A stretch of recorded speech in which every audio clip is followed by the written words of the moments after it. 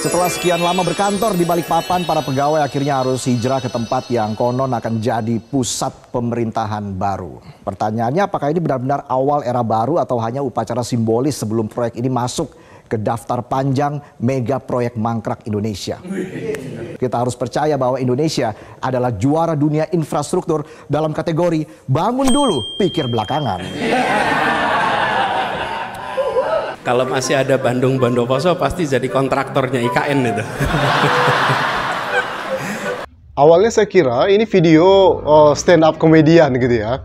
Nggak taunya ini presenter Metro TV membawa berita ala-ala stand up komedian. Dan jujur ini tepi jurang banget guys ya. Kalah ini materi dari stand up komedian. Coba perhatikan materi tentang IKN ini. Ya, jadi selain Anies Baswedan, Metro TV juga tampaknya udah mulai berani nih guys ya.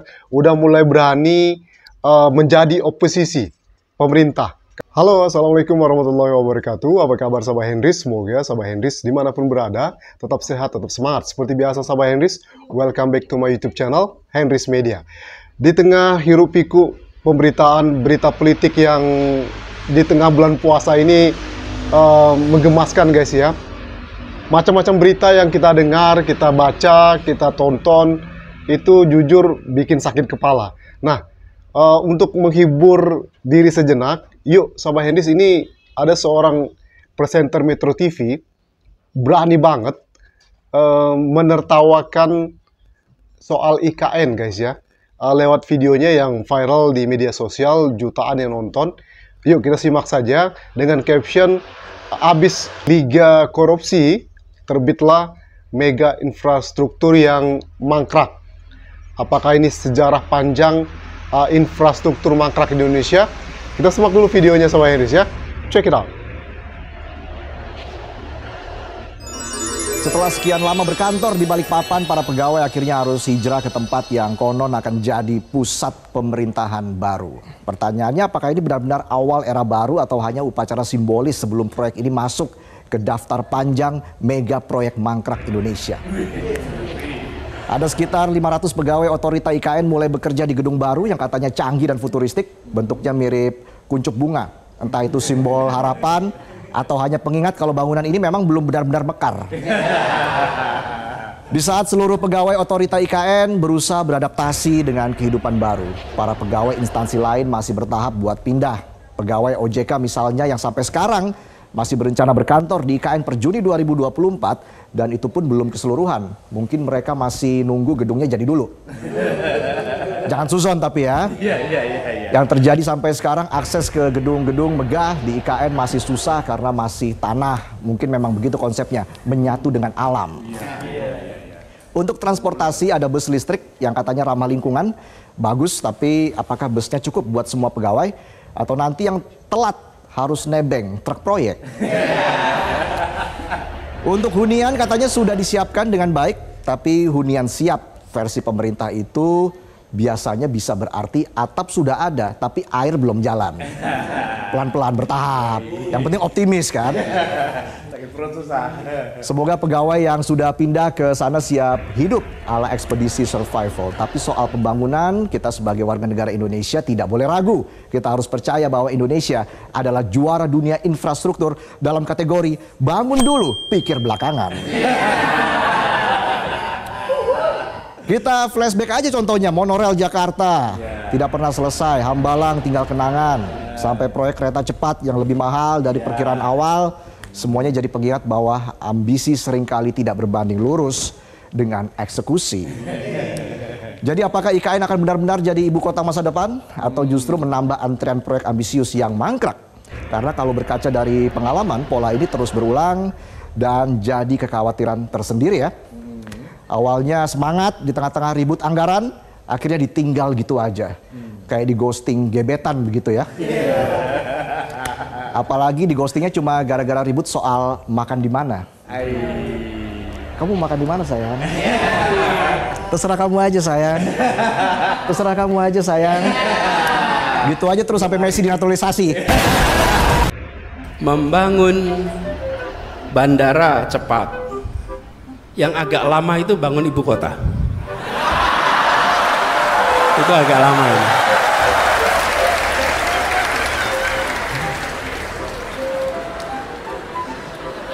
Tapi sebetulnya kalau di Jogja ini kita punya pengalaman. Hanya Bandung Bondowoso yang bisa membangun Prambanan dalam satu malam.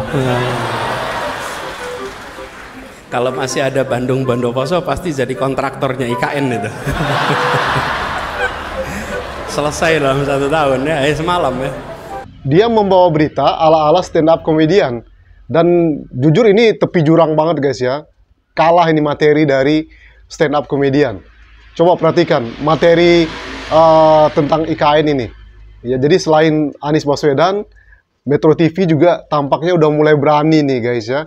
Udah mulai berani menjadi oposisi pemerintah. Karena kalau kita perhatikan ya, di pemerintah Prabowo sekarang kan di kabinet tidak terdengar menteri dari Nasdem. Koreksi kalau saya salah ya. Coba cek. Adakah menteri dari Nasdem? Apakah ini menandakan kalau Nasdem itu menjadi oposisi atau di luar pemerintah? Komen di bawah guys ya. Karena ini berani banget Metro TV ya. Kan jarang-jarang ya stasiun televisi itu singgung ataupun koreksi perihal IKN dan juga kebijakan pemerintah. Apa karena pasca Jokowi sudah tidak lagi menjabat? Karena kan semasa jabatan Jokowi, Nasdem masih berkoalisi dengan Jokowi. Nah, ini sudah di luar pemerintah tampaknya. Makanya Metro TV tampaknya berani banget nih. Ini bagus nih. Bagus untuk sistem demokrasi yang ada di Indonesia. Seperti kata Pak Anies Baswedan ya. Kalau Pak Anies Baswedan terang-terangan ya, itu menjadi oposisi utama lewat ceramah-ceramah dia sekarang di kampus. Selain itu juga diikuti oleh Ganjar, Mahfud, yang walaupun banyak di fitnah, dicaci maki oleh para buzzer-buzzer, bahkan menteri dari kabinet Prabowo pun turun tangan untuk sentil atau senggol ceramah dari Pak Anies Baswedan. Nah, ini salah satu media yang berani menurut saya ya, mengkoreksi kebijakan-kebijakan Jokowi ya, termasuk IKN. Dan ini juga kan IKN ini kan pernah disentil oleh Pak Anies Baswedan beberapa waktu yang lalu. Kalau IKN itu nanti bisa kemungkinan terjadi seperti ini. Belum lagi persoalan banjir, kompleks gitu ya. Jadi memang terkesan IKN ini dipaksakan gitu loh. Nah, kita nggak tahu nanti bagaimana kelanjutan dari IKN. Tetap stay tune ya sahabat Indonesia, kita pantau. Apakah tapi ada statement dari pihak istana kalau IKN ini akan menjadi ibu kota politik. Nah, maksudnya apa ini ibu kota politik? Kalau dulu saya pernah menyampaikan kalau IKN itu tujuan didirikannya untuk upaya mengelak pemerintah Jokowi waktu itu dikoreksi, di demo gitu loh. Dan makanya dibuatlah ibu kota baru. Kalau menurut saya begitu ya. Logikanya kan kalau di Jakarta maka masyarakat akan demo kalau kebijakannya salah atau apa. Maka diupayakan untuk pindah ke Kalimantan. Dibuatlah IKN. Sehingga kan masyarakat mau demo itu agak susah gitu. Kemungkinannya seperti itu. Mungkin juga ada hal dengan proyek-proyek atau apa, we don't know. Atau ada maksud lain, apalagi Kalimantan kan mungkin strategis tempatnya atau apa, we don't know. Oke? Jadi itu sama Indonesia. Jadi apakah ada media-media lain juga berani? Karena selama ini kan, selama pemerintahan Jokowi, media-media itu terkesan alergi untuk menyampaikan kritik terhadap pemerintahan Jokowi. Nah, sekarang pasca Jokowi lengser, baru ada media yang berani. Ya, itu kan pertanda kalau di zamannya Jokowi, media itu dibredel tampaknya. Soalnya kan ILC pun, Karni Ilyas mengakuinya, itu dilarang tayang oleh masa eranya Jokowi. Itu tidak ada yang aneh, kecuali Soeharto ya. Semua presiden melakukan. Dan rame-rame itu. Kemarin juga rame-rame. 40 orang nggak ada kali. Jadi kalau dia kooptasi pemret sebanyak itu, reaksinya akan jelek. Yang ada, dia menjelaskan semua rencana-rencana dia kepada para pemret. Jadi kalau dan semua presiden melakukan, mau Megawati, malah Megawati dia berangkat ke luar negeri. Salah satu kursi di pesawat itu ada nama Karni Ilyas. Apa saya terkooptasi oleh Megawati? Apa saya kurang kritis? Sama Jokowi, berapa kali pertemuan pemret? Buktinya ILC pun dilarang. Oh jadi sekarang abang sudah ngaku dilarang sama Jokowi ILC. Apakah Prabowo tetap melarang, Bang? Kalau memang Prabowo tetap melarang, saya menyatakan sungguh menyesal saya pernah menjadi kuasa hukum dia di MK dulu 2019. Begini, kalau soal muncul lagi di TV, itu bukan wewenang saya, wewenang yang punya TV. Wewenang saya mengadakan ILC malam ini, yang ada ikut. Aplaus dulu untuk Bang Garing tentang ini. Karena kan waktu itu tampil televisi ya, ILC ya. Kemudian tiba-tiba nggak ada lagi penayangan di televisi. Kemudian tayang hanya di YouTube ya. Dan pengakuan sekarang baru terbukti kalau ILC itu dilarang tayang oleh Jokowi, eranya Jokowi. Nah, sekarang sudah ada media yang berani. Apakah ada media-media yang lain akan berani? Dan ini mungkin sangat bagus nih untuk Pak Anies Baswedan. Karena ada media yang berani menjadi oposisi gitu ya.